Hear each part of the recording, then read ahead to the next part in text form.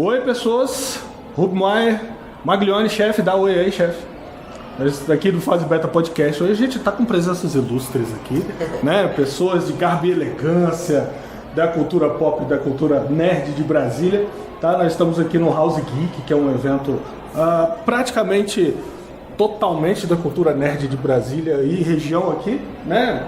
Como é que vocês estão achando? Já viram de tudo de cosplay que apareceu aí hoje? O que vocês estão achando? Olha, acabei de chegar no evento, venho de São Paulo, eu sou o Anísio Melo Júnior, sou cantor oficial do Dragon Ball Z, Mega Man, um monte de coisas ligadas aí ao mundo dos animes, da cultura geek, né, da cultura pop. Eu tô achando maravilhoso, o espaço é incrível, né, que o Centro de Convenções Ulisses Guimarães é muito legal. A receptividade do público é fantástica, né? Ainda mais passado esses 2 anos de pandemia, então a gente também estava com saudade carente disso, né? Então está sendo uma troca bacana, energia maravilhosa.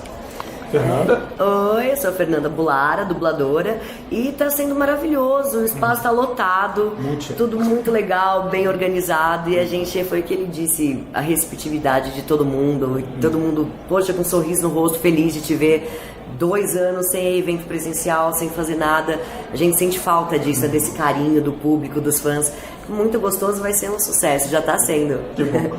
Inclusive vocês tocaram num assunto que era inclusive uma pergunta que eu ia fazer, né, Anísio, Fernanda. Com relação a essa questão da pandemia, complicou um pouco, tanto para a questão da dublagem, quanto para a questão da parte de música, dos animes, esses 2 anos aí, deu uma parada, deu uma complicada na vida. Como é que ficou esse período aí de pandemia? A gente está voltando agora, ainda não estamos 100%, só para constar, a gente não está 100% ainda, mas deu uma diminuída toda essa parte de travar o pessoal, de não deixar sair. Como é que vocês estão vendo esse retorno? Na verdade a gente teve que se adaptar, né? Foi assim, pelo menos na parte de dublagem, né? Eu sou dubladora e diretora de dublagem também. Foi 1 mês, quase 2 meses aí, vendo o que a gente ia fazer, porque gravar presencial nos estúdios não podia, não era seguro, então a gente teve que se readaptar e transformar e aí fazer home studio na sua própria casa, dar um jeito de armar um estúdio, uma coisa legal, um som bacana para poder continuar trabalhando, entregando trabalho. E tá assim até hoje, né? Assim, há uns meses uns estúdios já começaram a abrir, você tem a opção de presencial ou continuar gravando de casa. Então a gente está nesse sistema, mas por um tempo foi uma fase de adaptação e de se reinventar, né? Uma coisa que a gente nunca tinha feito, né? Gravar remoto de casa, como que ia ser.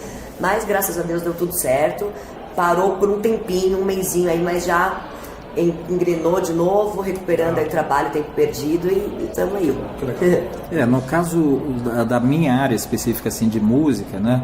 Eu tenho vários tipos de perfis de trabalho, né? Assim, as apresentações musicais, que são presenciais, né? Mas tem o lado de estúdio também, né? Então eu tenho uma empresa chamada Melo Music, então desde 98 a gente faz produção fonográfica também, né? Mesmo assim, pela dificuldade de poder receber os clientes e artistas que participam da produção de um trabalho, a gente precisou também se adaptar, como disse muito bem a Fernanda, né? Muito similar aí no caso da questão da dublagem. E nesse caso nós precisamos fazer o quê? Justamente esse trabalho remoto de, por exemplo, eu concluí uma ópera rock que contou com a participação de 39 músicos. Só que alguns estavam fora do país, mandando de fora os áudios, outros no bairro ao lado do meu, ali na região do Butantã, em São Paulo, mas que tiveram que mandar do estúdio deles, né? No meu caso, o meu estúdio, ele não é um home studio, mas ele é um estúdio em my home. Eu abri uma empresa em casa há 20 e poucos anos, em 98, então eu trabalho assim 80% em casa, então eu já estou em home office há muito tempo, assim. Já estava mais acostumado. Mas assim, por uma questão de qualidade de vida, por causa dos deslocamentos urbanos, sabe? 1h30 para ir, fica preso no trânsito, desgaste, gasto de combustível. Tanto que de verdade, nesse tempo todo, 2 anos gravando de casa, Eu continuo de casa tranquilamente, deu certo, dá pra continuar assim. Porque se a qualidade não afeta a qualidade... Exatamente, tendo o equipamento ali que é exigido, tranquilo. É muito melhor, né? Muito melhor, assim. E foi assim que a gente acabou se adaptando e conseguindo tocar as coisas, digamos, como já dizia lá o Queen, né? O Fred Mercury, the show must go on, né? Então, as coisas... Tem que continuar, hein? Claro, as coisas continuaram, né? Então, graças a Deus, né? Agora, retomando esse contato próximo ali, que é vital, assim. O Anísio, você dublou a música do Dragon Ball, a abertura do Dragon Ball, tanto do Dragon Ball como do Mega Man também. Você recorda qual era o episódio do Mega Man? Olha, eu tive uma colaboração num período como diretor musical da Alamo, que foram 11 anos. Então foram mais de 600 versões, assim. Do Dragon Ball, teve o Dragon Ball clássico, que é aquele Fantástica Aventura, né? A saga Majin Buu, que é as músicas de abertura e encerramento, né? E, então, no caso, elas não são uma dublagem, elas são uma versão mesmo, musical. Eu escrevi as versões e interpretei as vozes masculinas. Uma delas é uma música de voz feminina, foi gravada pela Vera Campos, também é uma parceiraça aí de muitos anos. Ela, o Paulinho Campos também participou de algumas produções, de coisas ligadas a Paramount, como o Pinóquio, e uma série de filmes também, além dos animes, né? E Doug Funny, Os Anjinhos, algumas coisas. Doug Funny é só da minha época que leva, né? Então, o Fantástico Mundo de Bob, olha só. Então, o Fantástico Mundo de Bob era incrível, porque era um menininho de 8 anos, surrealista. Então, o que ele pensava literalmente e viajava. Então, era muito bacana, assim. Vocês tocaram num assunto que eu acho interessante, que é a questão dos desenhos de hoje. Eu tenho 2 filhos e eu fico vendo televisão de vez em quando, eu fico pensando, o que aconteceu com as animações de hoje? O que houve com as animações de hoje? Então, de repente. Quando foi que isso virou o que virou hoje? A gente tinha desenhos como o próprio Doug, que era um desenho extremamente psicológico, né? Ele tinha todo um pensamento adolescente, de abertura para o mundo, para a vida adulta e tal. O próprio Fantástico Mundo de Bob era extremamente interessante. Perdeu-se isso? Vocês acham que perdeu-se isso hoje em dia? Eu acho que o mundo todo, de uma forma geral, vem mudando e quando a gente para perceber, é muito rápida essa mudança, né? E aí, de repente, você tem um filho, eu também tenho uma menina de 6 anos. Aí você fala, nossa, e daqui 10 anos? Como que vai estar, né? Se for seguindo essa ordem, como tudo vai mudando, tudo vai... E quando você vê, já passou, e você perde tudo aquilo, aquela ingenuidade, aquela coisa mais, sabe? É infantil, mas não é só infantil para criança, porque a gente adolescente, a gente assistia e isso vai cada vez... E a gente não sabe onde vai parar, né? Mas... complicado. Totalmente. Você comentou de 2 específicas aí, do Doug Funny e do Fantástico Mundo de Bob. Nessas 2 animações, no final de cada episódio, havia uma reflexão, assim, qual foi a lição que se tirou disso, né? E isso é uma coisa que remete ao começo das histórias, das fábulas do Esopo, na Grécia. Então, em que se tinha uma moral da história, ou seja, qual é o ensinamento que se tira daquele episódio? Então, isso ele mostra assim que existe uma maneira no lazer e na diversão de você oferecer algo melhor do que um entretenimento. Entreter. Porque o entretenimento é o que a palavra diz, é entreter, distrair. E no caso do Doug e do Bob, não é um entretenimento, é um ensinamento, é uma iluminação, é acordar para alguma coisa, tirar uma conclusão daquilo. No contexto de uma ficção, você chegar a uma conclusão interessante que seja bacana para a sua formação, como criança, como adolescente, e daí você traz isso para a vida. Quer ver uma coisa que eu achei bacana? O Dragon Ball, eu tinha uma preocupação na época que eu fazia isso também. Na época eu tenho um filho pequeno, hoje ele tem 34 anos, é mais alto que eu, mas assim, na época eu estava fazendo músicas para criança, então existe uma responsabilidade também do que você faz. E por uma sorte, no caso, eu tive a possibilidade de a versão, ela é mais flexível em relação à letra, ela não é uma tradução literal, palavra a palavra, porque tem que ser feita uma adaptação cultural disso. E na época eu tinha essa preocupação, até por ter filhos e saber que era uma coisa voltada para a criança. Sim. De como fazer, às vezes numa animação que tem tanta luta, briga, disputa, aquela coisa do bem contra o mal e não sei o quê.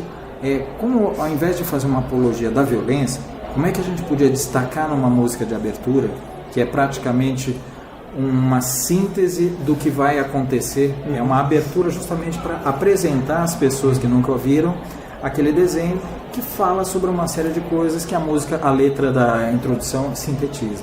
Daí eu pensava no quê? Em colocar em evidência o poder da amizade, da união, para você atingir objetivos, você não deixar de sonhar, mas não como um sonho vazio, um sonho como a base de um pensamento que pode se tornar uma realidade bacana. Então eu tinha essa preocupação por causa do público, justamente por isso, porque é um público que está em formação psicológica, emocional, social, cultural também. Então eu tentei, pelo menos, porque eu pude ali. Foi muito bom. E teve uma situação, desculpe me estender assim, mas teve uma situação que eu achei engraçada. Como essa criança, depois quando se torna um adolescente, um adulto, pode pegar um trecho de uma versão e contextualizar para um fato da vida. Houve um período que teve umas manifestações de rua pelo preço de alteração de passagem, aquela coisa. A gente daí eu vi, né, diretor? Foi muito bem. Pois daí eu vi uma turma com as letras do Dragon Ball e cantando. Eu acho que eu lembro. Mas daí eu falei assim, entendi, eles interpretaram a letra à luz dos acontecimentos da época, né? Então era algo de pressentir o perigo, o caos, que ninguém vai me amedrontar, com a mente eu vou a 1000 lugares, a imaginação me dá forças para voar, sonhos desejamos alcançar, ser alguém com um poder maior que você já tem, sabe? Então eu achei interessante isso, assim, como se fez uma adaptação, mas assim, interpretando aquilo e colocando e contextualizando, né? Muito bom. Fernando, você dublou grandes heroínas da nossa vida, Lara Croft, a Jinx. A Jinx a gente não pode dizer que seja tão heroína, né? Porque ela é meio brava, aquela menina é meio violenta, né? Mas tudo bem. Dela, né? Mas... E também dublou uma personagem da Marvel, Capitã Marvel, que para muitos aqui é o personagem mais top aí no mundo Marvel. Como é que foi essa questão da dublagem da Capitã Marvel? Porque é uma personagem que não era muito conhecida, né? Para nós leitores de quadrinhos era conhecida há muito tempo, mas para muita gente não. E como é que foi essa... Você chegou a procurar algum material? Então, assim, na dublagem, normalmente a gente não tem texto para ensaiar em casa, a gente não fica sabendo, é meio que você chega para gravar e aí te explica o que você vai fazer. No caso desse filme, porque eu já tinha dublado a Brie Larson, atriz em outras produções, eles fizeram teste, né? A Disney, que é a dona da Marvel, quis teste de 3 vozes diferentes para ver quem que eles iam escolher. O diretor me colocou, por eu já ter feito a atriz antes, depois outras pessoas, e ele já me colocou para fazer o trailer, que aí já ia mandar para eles para ver como que ia ficar e tal. E falou que avisava, e não pode contar pra ninguém, nem que você fez o teste, é totalmente confidencial e tal. Que guarda esse segredo? Então... Fazendo a Capitã Marvel... mas aí a gente já acostuma, porque você sabe que você tem que gravar e deleta o que você fez, só vai postar daqui meses, quando alguém te marcar, porque não pode, né? Contrato e tudo. E aí depois, quando a moça me ligou já pra marcar os horários, aí ela falou, é um filme de cinema, não posso te falar qual é, mas... Como ela já falou que era um filme de cinema, eu imaginei que fosse, né? E aí, é isso, tipo assim, aí você chega pra gravar, aí o diretor te conta, conversa com você, aí toda a história, se você não sabia, ele já era um fã e tal. Se você não sabia, Capitã Marvel, isso, aquilo, tal, te dá um super briefing, assim, mais ou menos conta o que vai acontecer no filme, e é isso, bora pro estúdio gravar. E é muito legal, porque, assim, isso no dia a dia, tudo que a gente faz... É óbvio, claro, que por ser Marvel, por ser um personagem importante, você tem uma ideia que vai ter uma repercussão muito grande. Mas é legal você ver o que você faz, né? E aí? Aí você espera ir pro cinema, estrear e receber de volta, assim, né? O retorno do público. E é muito legal isso. E cada vez mais você vê a proporção que é. Eu sempre gostei de Marvel e tal, mas há muitos anos eu não conseguia mais ter tempo de ir no cinema, ver um filme, acompanhar. E depois você fala, caramba, que legal, né? Tipo... um super sucesso, até hoje eu recebo mensagens de carinho e o povo adorou e curtiu e elogiando o trabalho, E é muito legal, pô, aí uma herói, uma super-heroína da Marvel, tão importante. E também toda a questão do universo feminino. Do universo cinema, feminino, né? Porque assim, até então, você quase não tem espaço, né? E aí tá crescendo, tá vindo crescendo. Aí tem a Mulher Maravilha, Ah, mas tem a outra. E aí, né? Capitã Marvel acabou com tudo Não é? sozinha. E aí é legal isso, porque tá devagar, né? Tendo esse espaço das mulheres crescendo. E é legal você ver isso que vira depois, né? Assim, pelo retorno da galera, o sucesso que é, e isso com tudo que a gente faz, né? Ah, tô dublando ali um game, você nem sabe pra onde vai, você nem sabe o que é. Aí de repente estão te marcando que era o LOL. Então, peraí, isso aí é aquilo que eu fiz e que. Ah, é aquilo que virou isso, que é o campeonato mundial. Que é... Tá bom, é muito louco isso. Já deu não tempo? Não. Tá. Isso era uma pergunta que eu ia fazer pra vocês. Vocês efetivamente acompanham tanto as animações do Dragon Ball, as animações que você compôs, as músicas que você fez as músicas, e, Fernanda, nessa questão da dublagem, vocês efetivamente acompanham? Ou eu sei que vocês têm uma vida totalmente tarefada com as coisas que vocês têm que fazer, mas dá tempo de acompanhar e de, bom, como você falou, nossa, legal, eu fiz essa voz, eu acompanhei isso aí. Olha, na época que a gente faz, existe assim um certo desapego, assim, não dizer por mim, naturalmente ali, né? Mas assim, a gente tem um certo desapego, porque realmente é um trabalho que você apresenta. Mas à medida de que você vai vendo o sucesso dele, como os fãs reagem, como eles passam a te procurar, daí você é, digamos assim, convidado naturalmente ali para ter uma noção e entender a história, a trama, né? No caso, o Dragon Ball, por exemplo, ele teve Dragon Ball Z, Dragon Ball Kai, Dragon Ball GT, Dragon Ball Super. Então, é uma continuidade. Ele ficou 11 anos na Globo e Cartoon Network, todo dia, ininterrupto. Sucesso então, absurdo. Entrando com novos produtos na parte de música, de animação, o personagem criança, e depois vai para o outro plano, depois adulto. Então é como assistir, por exemplo, assim, fazer uma comparação brasileira, a Turma da Mônica, que tem a Turma da Mônica adulta, adolescente, jovem. Então você vai vendo esse desdobramento, né, que aquele núcleo de personagens gera, né, também assim de multiverso, né, para outras épocas ali tudo. Então é muito bacana isso, assim. Então a gente acaba sendo convidado a conhecer um pouquinho, né, e ver, assim, mas eu não sou uma pessoa assídua que vê isso todos os dias, porque como você disse, a gente tem assim outras ocupações profissionais, né, mas o que é, digamos, o lazer para é um trabalho pra gente, mas é um trabalho que a gente se afeiçoa e tem muito carinho, e ainda mais pela proximidade dos fãs, a gente acaba aprendendo muito com os fãs também, para ter esse diálogo mais profundo ali sobre o desenho, a animação, os destinos dessas sagas, né? Assim. Não, realmente é isso, o dia a dia meu, assim, é muito corrido. Eu sou diretora de dublagem meio período, e aí o outro meio período eu tô dublando. E tem trabalho todo dia, assim, graças a Deus, não falta trabalho, é muita coisa todo dia. Praticamente a minha agenda tá fechada, pelo menos das 9 da manhã às 9 da noite. Só com um buraquinho de meia hora de almoço, que é o tempo que eu preciso ter pra estar em casa, pra pôr a minha filha na perua, almoçar e mandar pra escola. Então, assim, é muito corrido. Eu tenho uma menina de 6 anos e eu tô em casa, então tudo isso você ainda tem as coisas de casa, tem o que você faz, a criança ali. Então, a hora que você para, às 9h30, às 10 da noite, você já está capotando, cansado, esgotado, porque é um esgotamento mental, não é físico, né? Muita concentração. Então, eu queria poder ter mais tempo para poder acompanhar o que eu faço. Que nem da Capitã Marvel mesmo, eu só consegui assistir porque a Disney marcou uma sessão de pré-estreia com os dubladores, com o estúdio de dublagem. Porque se fosse pra ser depois no cinema, eu não ia conseguir, né? E aí chega o fim de semana, eu vou sentar e assistir uma série, aquela série que eu dublei parece ser tão legal, vamos ver como que é a história inteira? Porque quando você dubla, você só faz suas partes, você não assiste o episódio inteiro. Mas não dá, aí tem uma criança de 6 anos que precisa de atenção, você precisa dar, né, aquele tempo que você em casa não consegue. Então não dá, assim, não consigo acompanhar. E a gente vai sabendo muito pelos fãs. Exatamente, eles mandando de volta e sabendo o que está fazendo mais sucesso, está sendo popular por eles mesmo, pelo retorno que a gente tem, e contando um pouco da história, mas é difícil eu conseguir acompanhar a história inteira. A não ser quando é uma protagonista, que aí você entra de cabo a rabo na história, você já sabe a história inteira e o diretor te deixa a par da situação. Mas se são personagenzinhos menores, você às vezes nem sabe muito bem o que está rolando se você não sentar e assistir. Mas eu queria ter mais tempo para poder conferir o trabalho no ar. Já deu o nosso tempo aqui? Falta 5 minutos. 5 minutos? Então tá bom. Última pergunta, para eu apanhar. Meu diretor vai brigar comigo. Vocês falaram de filhos. Como é que é a reação da sua filha quando chega no cinema e vê, cara, a voz da minha mãe? E do seu filho, quando viu o Dragon Ball a primeira vez, falou, gente, é meu pai que tá cantando isso aí. Então, é engraçado que assim, agora ela tá com 6 anos. Então, agora ela tá começando a entender, porque já faz anos, falou, ali é a voz da mamãe. Ela olhava, tipo, a mamãe tá meio doida, né? O que é isso? Então, de uns meses pra cá, talvez um ano pra cá, que ela tá entendendo o que é.